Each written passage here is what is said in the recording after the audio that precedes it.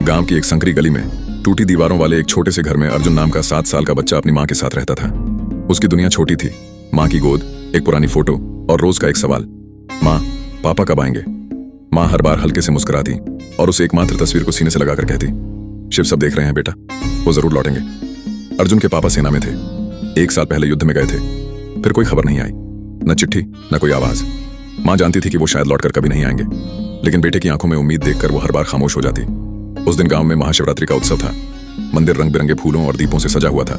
चारों तरफ भजन बज रहे थे, लेकिन अर्जुन सबके बीच से चुपचाप मंदिर के पीछे गया। वहां एक पुरानी मिट्टी से बनी शिवलिंग थी, जिसे लोग अब उतना नहीं पूछते थे। अर्जुन वहां जाकर बैठ गया, हाथ जोड़कर आंखें बंद की और धीमे से बोला, भगवान शिव, क्या आप मेरे पापा से बात कर सकते हो? मुझे बस एक बार उनसे मिलना है।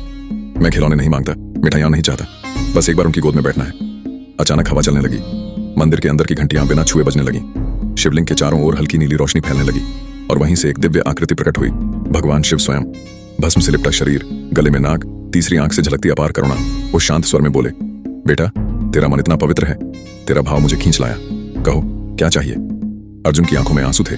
उसने कांपती आवाज में कहा, मुझे मेरे पापा चाहिए, बस एक बार। शिव मुस्कुराए। उन्होंने अर्जुन को अपनी गोद में उठाया और पूछा, अगर पापा लौट आए तो क्या तुम उन्हें पहचान लोगे? अर्जुन ने फौरन कहा, हाँ, मैं उनकी आंखें पहचानता हूं। वो जब मुझे देखते थे तो जैसे पूरी दुनिया रुक जाती थी। भगवान शिव ने उसकी आंखों में देखा और धीरे से बोले, तो जा बेटा, आज तुझे तेरा पापा मिलेगा। अर्जुन घर लौटा। रात के अंधेरे में माँ आंगन में बैठी थी। अर्जुन ने सारी बात बताई। माँ की आंखें भर आईं। वो कुछ कह नहीं पाई।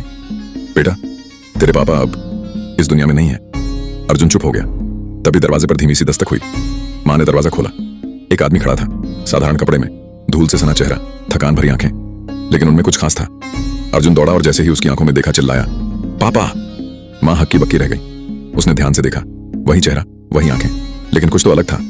उस आदमी ने सिर्फ मुस्कुराया और कहा, मुझे देर हो रही है, लेकिन बेटे को देखने चला आया। माँ की आंखों से आंसू बहने लगे। तभी मंदिर की घंटी अपने आप बजने लगी। दरवाजे पर चंद्रमा की रोशनी पड़ी और जमीन पर एक त्रिशूल की परछाई उभर आई। माँ समझ गई, ये कोई और नहीं, स्वयं भोलेनाथ है।